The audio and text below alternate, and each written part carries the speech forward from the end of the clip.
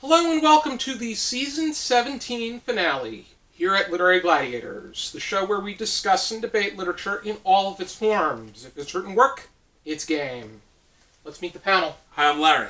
I'm Tara. I'm Kaila. And I'm Josh. And for our very last discussion, for Season 17, we're going to be going over Dracula by Bram Stoker. We went over Dracula for the first time in Season 2. I was the only person among the four of us that was on that panel, and that was Dan's very first episode on the show. One of the standout moments was when Dan took one of Charlie's drumsticks and staked him in the heart to demonstrate what it means to be staked. Because Charlie thought it was a cut from a cow that you eat as meat. But this whole season we went over we revisited 15 works that we have previously gone over. And I'm going to touch upon that at the end of the show, but for now let's have a nice discussion about Dracula, and we'll start with Larry's discussion starter. Okay, I got one. Okay. All right, let's talk about the format of the story. Let's start with that. Like, what did you guys think of the journal entries and the letters and that method of telling the story? That was the very first question of that discussion from Season 2. So it's very appropriate that you ask it. But to answer your question, I think that it took a completely different lens to what we would have expected from Dracula and from what we perceive as being Dracula, because works involving Dracula are very Dracula-centric. It's a lot about foreseeing Dracula in this. He is this badass, cool dude vampire who is suave and just charming. Yeah, he's gonna suck your blood, and people impersonate him all the time. He even got a Sesame Street character inspired by him that has an obsession for counting. Whoa. But this one, the original story itself, the concentration is on the general people. And when it comes to horrifying things and horrifying events and beings, it's usually the perspective of the people. And we get their point of view of this horrifying being. And with Dracula, the way he's depicted in this book, he's very manipulative, and at the same time, we don't like him at all. Or at least that's the way I felt, is that he was immoral, the way that he was going after these women and indirectly these children, because the Bloofer was somebody that it was Lucy, Yeah. and Lucy was she was bitten by Dracula. Yes, and even before that, he does obtain a child for the three women vampires that he has in his castle in the beginning. Yeah. So he's He's a there's bad no dude. qualms about it. Yeah. I think like the format that this is written in is kind of like the only style it could have been written in. I think like reading like a more straightforward narrative, you wouldn't have been able to get every avenue of the story the way you can through these like diary like formats, you know. And letters. And every perspective was relatively meaningful. Even though I personally, the ones that I got the most out of were Jonathan Harker's. I would say Mina Harker's is pretty valuable. Lucy's became, initially it was a lot about Mina and Lucy doing their extracurricular things, but then it got to when Lucy really started to be directly impacted, her submissions really started to carry weight. And then as far as contributing to the story at hand is concerned, and then you have Dr. Seward, you have Van Helsing, And Arthur, his name is Arthur, but then he becomes... Arthur Holmwood. He yeah. was Lucy's groomed to be. Paramore. Yeah. Well, he's a character, but he doesn't keep a journal. No. Yeah, not And that then- we say. Or Quincy Morris, who And was Quincy my doesn't favorite character. Either. Yeah. The American? Yeah. Okay. Of course, the American doesn't keep a journal. Right? Yeah. But I would say that Jonathan was my favorite character. I think he was the person that probably, because I really felt for him when he was trapped in Dracula's castle. Dracula's castle, and it was a very non-traditional kind of torture, because Yeah. Dracula was very, he seemed from his face value very outgoing and And hospitable. cordial and polite. Yeah. Yeah. And it was, and he didn't. I mean, he had different. The way that he described him, it was not the way that you expected from. He wasn't suave the way like Bela Lugosi or Christopher Lee or George Hamilton were, and he wasn't ugly the way that Max Schreck and Klaus Kinski, their versions were, like the Nosferatu. But he was somewhere in between, and then he got, when he was, he started to become more younger looking because of the blood that he feasted off of. Yeah. Well, and it also seemed like he could shift his shape to suit. Yes, his- and steal Neat. clothes. Yeah. But I mean, Quincy did make the ultimate. I mean, he did put his life on the line because he was the one that delivered the stake to the heart, but then got killed through skirmish with the Romani. Yes. But yeah, do you have a favorite character? All right, Tara. Mine is Mina. I liked her. Okay. Yeah, I Um, think I would agree. She was a strong character, and the men took advantage, for granted it. And even though it's a reread, I kind of forgot some things, but like rereading it, and I'm like, leaving her out was a very bad idea. And they did make mention to brushing her aside on an occasion. Because she was a woman. But yet she did play A really powerful role, and I think that there was, but I do think that the way that Bram Stoker approached it was a bit tongue in cheek. yeah. Whereas you would think that it was the way that writers were that time, but he was a bit, the way I saw it, he was a bit advanced, where he knew what was going on, and that's how he depicted things, but yet He there didn't was believe that. it. He didn't believe what he was predicting. You could tell.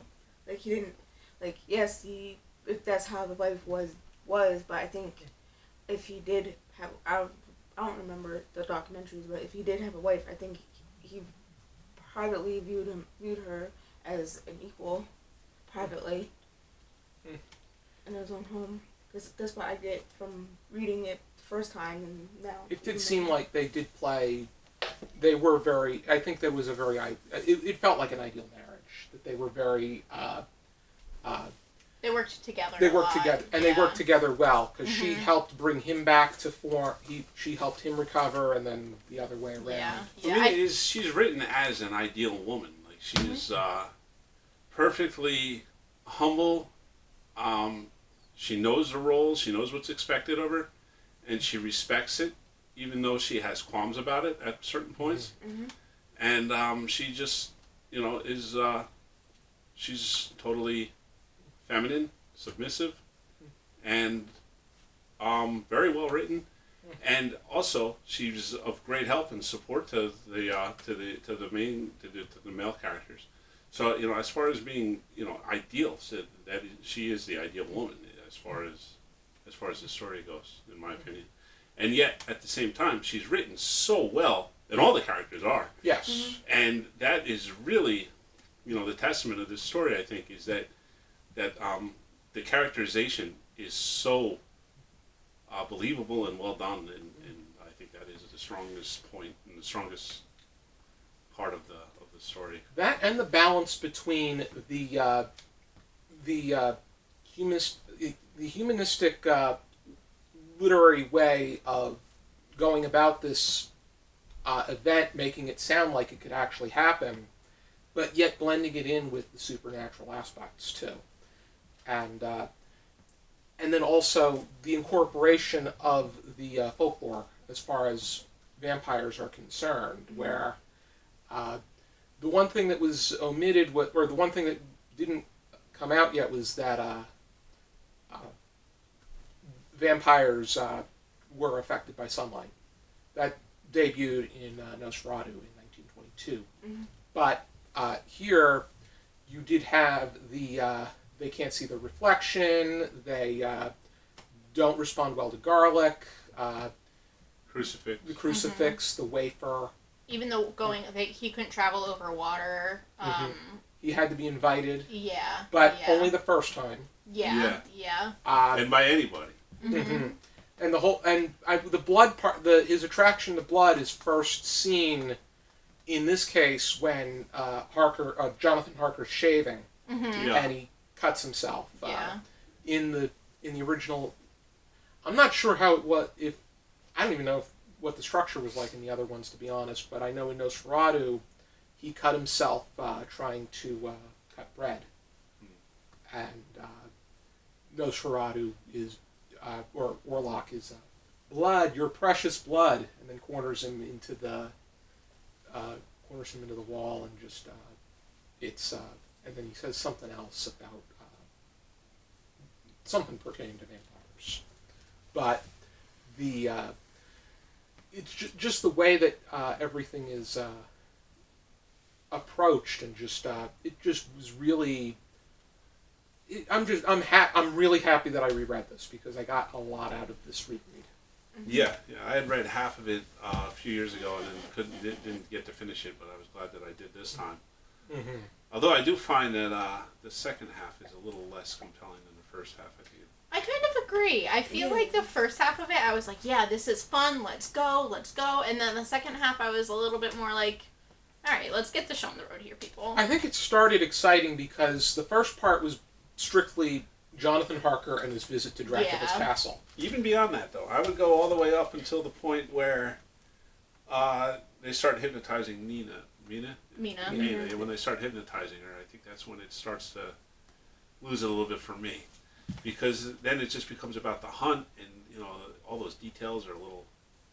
They're not as compelling as the first half. When I think it's because in the first half it's all discovery. So we're discovering what this evil is and how to fight it, and and what it is and how it moves. And then once we get to that pinnacle where now we're going to actually start hunting it. I don't know. For me, it gets lost in the details a little bit. I would say that it was a bit slow too in aspects in the crevices where Mina and Lucy are just interacting about just more commonality things of that time, and. She's just, I wonder where Jonathan is. He hasn't been around for a while, or I haven't heard from him. I wonder if he's okay. But it does get more. I think it does start to pick up, especially when they add the characters, the other characters in the piece. Someone that really stuck out, or someone that was an interesting case, was Renfield. Yes. Yeah. Yes. What an interesting character. Yeah, because every time they brought him up, I was like, what does this have to do with anything? Obviously, it's connected to Dracula. Yeah, and then it comes back around, and you're like, oh, now I get it. I also, didn't put it together until everything kind of ended with Renfield, that the asylum, for lack of a better word, was in the same house. I thought it was, a separate house, but that's how Dracula had been getting in, was Renfield had let him in. Yeah, I didn't quite realize that either. Yeah. And then the part where he's in his sound mind, I wonder if, briefly he was free from Dracula briefly, and I think he kind of saw where his journey, will go. And then he just... Renfield was he's depicted as Dracula's assistant, especially in especially in adaptations. He's a more direct, where he's he likes the bugs and the vermin. I remember. You ever watch the film Love at First Bite? Yes. I don't think George Hamilton was Dracula. Artie Johnson played Renfield. No, I don't remember that. That's what when I think of Renfield, I think of Artie Johnson playing him in Love at First Bite. See, for me, it's Bram Stoker's Dracula that came out in the 90s. The one with Good Keanu Omen? Reeves is in it. Oh. Yeah, Gary Oldman is in it. Keanu Reeves plays the American. Oh no, he plays Jonathan Harker. Keanu Reeves plays John Harker, and he has to do a British accent, and it's not good. No. But the rest of the movie is really, really good. They add an element to it where Dracula kind of falls in love with Nina, and because she reminds him of his wife before he died, and became a vampire. Is that Gary Oldman that played? Yeah, Gary Okay. Oldman. Yep. Yeah, he's Dracula. I think one of the most compelling things about Dracula is its longevity and like how many different adaptations there are and how prevalent vampire lore is. It was in the record and books, there's most adaptations. Yeah. And there's even one where you can get an email sent of Yeah, the whole year, and, and it goes in order of like. you get like one passage a day, basically. I can't remember what it's called. It just started And it pretty depending recently. depending on like let's say like you get all of the ones that like throughout the whole thing, like let's say like July, you get on that day that all of them that broke for July of that day on that day. Yeah. Yeah, they do just have- remade a Nosferatu. They just did it Yeah. again. Mm-hmm. Yeah, but that one I was talking about, in that one, Renfield is pretty faithful to the way he is depicted in the story.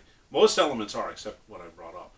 It's almost exactly the story, except they added the element of this love affair that kind of humanizes Dracula, which kind of takes away from the monstrosity. You know, so it's, I think. What do you guys think of the horror elements in this? It's more gothic. Yeah, it's more like a spooky atmosphere kind of vibe than like abjectly scary. Yeah, in it's my not like opinion. scary. Yeah. It's Yeah. like gothic. It's like- more about the atmosphere. Yeah, that it atmosphere. sets up. Yes. Yeah. Yeah. Because we only get really glimpses, right? Like, I mean, Yeah. there are some horrifying scenes, like Yes. when you have Nina and Dracula are together hovering over Harker's body. Like that's a really, Spooky. well, yeah, but it's more than that. I would say.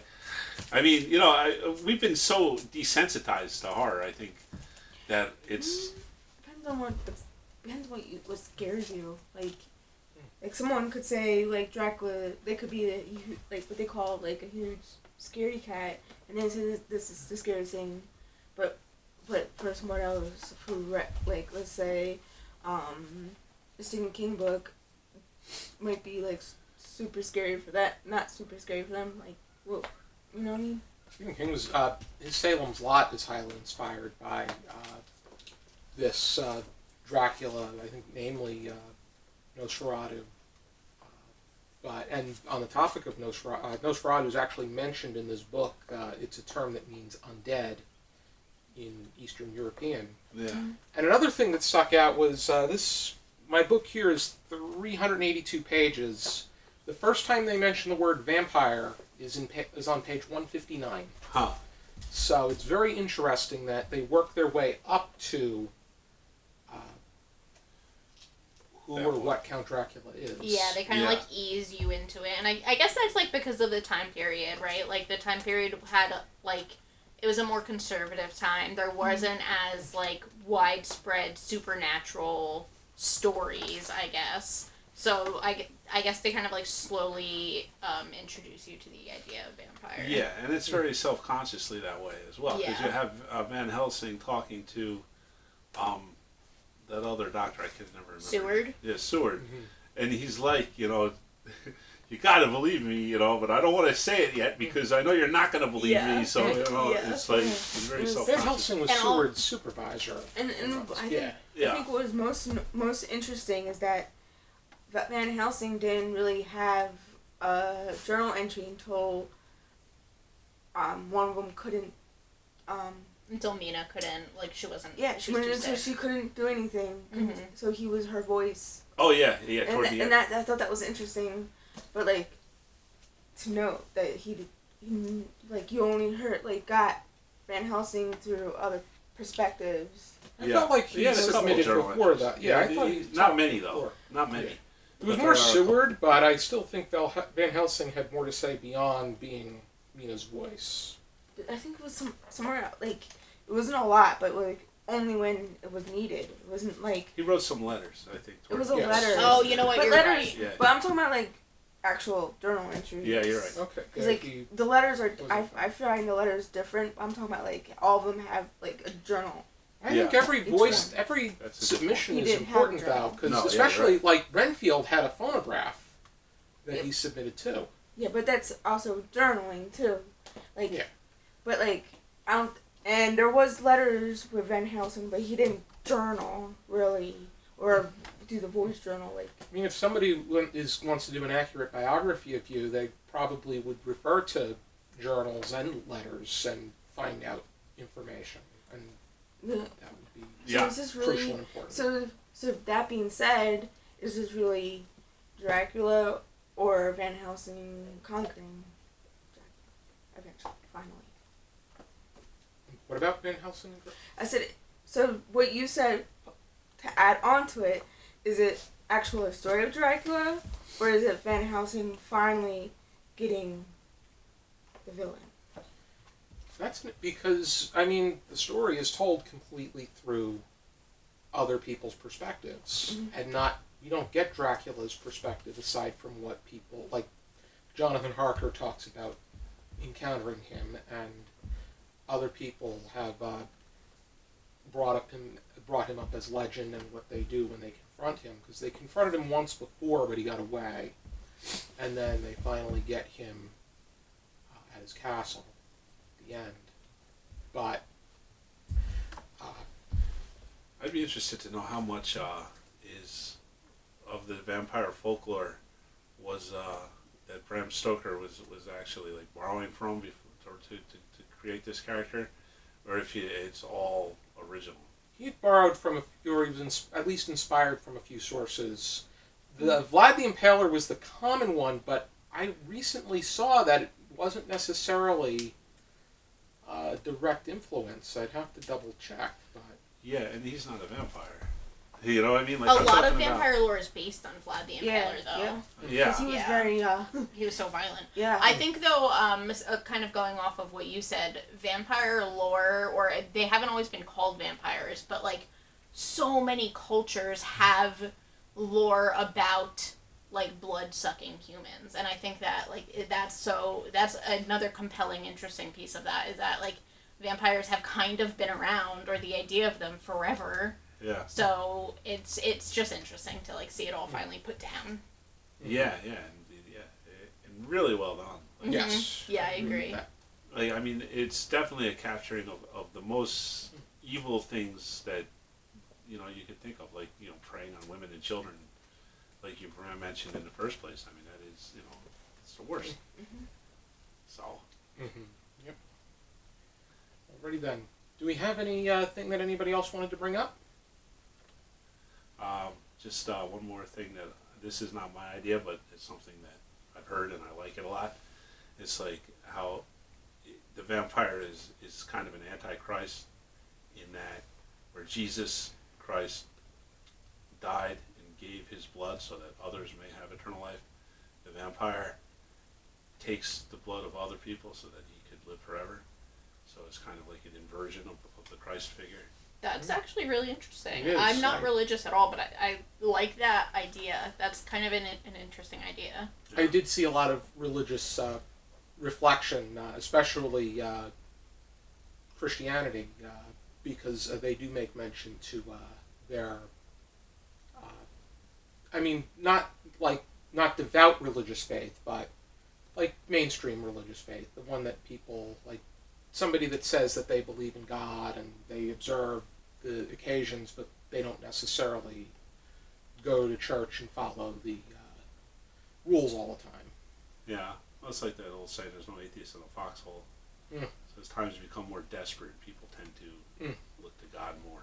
I think that was part of it, but I would say they probably were, as far as religion, I feel like they were somewhere along the lines of common people at the time, but I'm not sure what I think that things were a bit more devout in that time and place, because this was 1897 London. Yeah, and they were so they would have been Anglican. More so Anglican. Yeah, and Van Helsing seems to be more Catholic, Because like, they talk about even like the idea of a crucifix being offensive to Harker in the beginning as idolatry, which would be more of a Protestant idea. Obviously, Catholics love crucifixes. I have one in my pocket right now. But so my point is, that Van Helsing, he comes in with the Eucharist, he comes in with the crucifixes and the weapons of what are more traditionally Catholic. Never says what his faith is, but he definitely seems to be the more faithful as far as Christian, and also I think a lot of that is because he is open to the whole supernatural and the preternatural, where in England at that time was very much about naturalism. So I think that's probably accounts for it to a degree. Was there any additional final thoughts that you wanted to go over before we went to our ratings? Okay. 0 to 5 stars, half stars permitted. How would you rate this, Larry? I'm going to go with a full 5 stars. I really enjoyed it. I thought it was excellently written from a technical standpoint, just amazing. The characterization, the different voices, and how distinct and fleshed out everybody is, and how you got so many different ways of experiencing these characters, and then like you said about how, because we are looking at these personal this personal commentary between these different characters, it makes it more horrifying. I think that a monster like Dracula exists because we are seeing it through the eyes of people who experienced him directly. So I would say, as far as horror goes, I think it's a masterclass. I think there's a lot of reasons why this story has resonated throughout the generations since it was written, and that's all I'll say for now. 5 stars. Reread. First time was 5 stars, and reread is also still 5 stars. It's my favorite book, and will always be my favorite. Favorite book of all time? Well, one of them. Okay. When classics concerned, Okay. classic horror is concerned. And how many favorites do you have all time? Okay. Well, we can revisit that. I have to rethink that. Okay, that's worth revisiting as well. Kaila? I'm gonna say 4.5 stars. I really, really loved this. I went into it kind of expecting to love it because I'm currently in a vampire reawakening era. Thank you to Twilight. So I really enjoyed this. As far as classics go, it's definitely one of the better and easier ones to get through. Already, when I read this 13 years ago, I gave it full 5 stars, and today, upon rereading, I'm only going to solidify it. Full 5 stars. Because I got more out of it this time around because I really admire not just the fleshing out and the development of the characters and the formatting, but also the approach and the technique as far as making Dracula more of a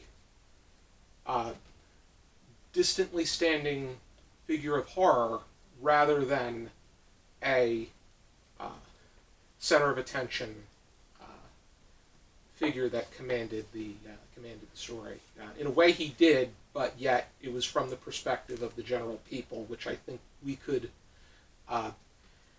We have a greater atmospheric feeling of standing in their perspective, looking or learning, and just dealing with the horror that is Count Dracula, rather than the other way around, or as just a general, and all of their perspectives too, because there's so much that you can get out of them, and I think that it is as objective as possible to the common people. And I just think that this book is brilliant, and I think it's one of the best works of horror fiction for a reason. And I would say it has literary merit too. Absolutely. Yeah, it's not just a horror book. No. It's a great book. Yes, it is. Here is my copy of Dracula. I got this actually from Columbus Farmers Market. There was someone that used to have a stand, and he had a great selection of books, and this was one of How about you, Tara? This is an illustrated and unabridged version of the story. And it has art in it too. Oh, it looks nice.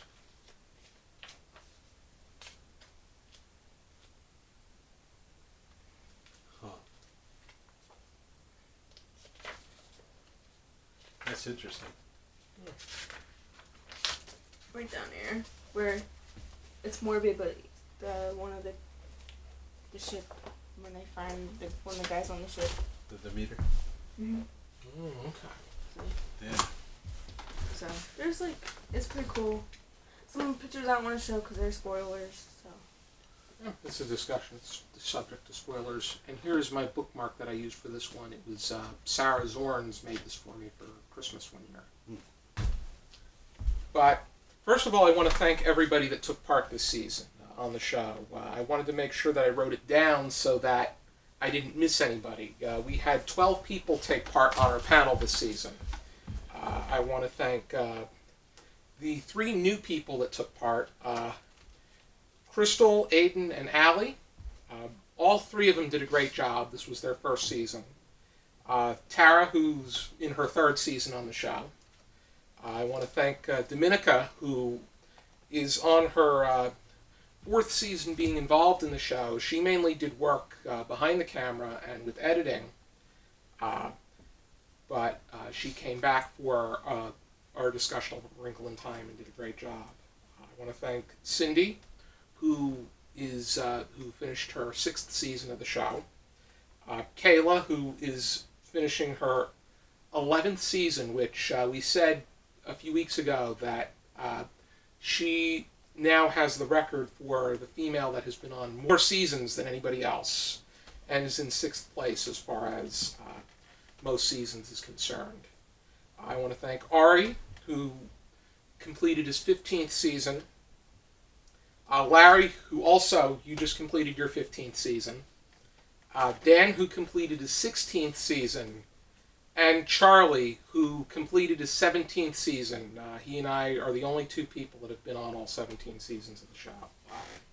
And I think you all did a remarkable job. And I also want to very happily say that this is the first time since season 11, all of our discussions, 4 people on them, everybody did an excellent job either taking part or stepping up when people had to back out. So you guys did a great job. You all deserve the great accolades.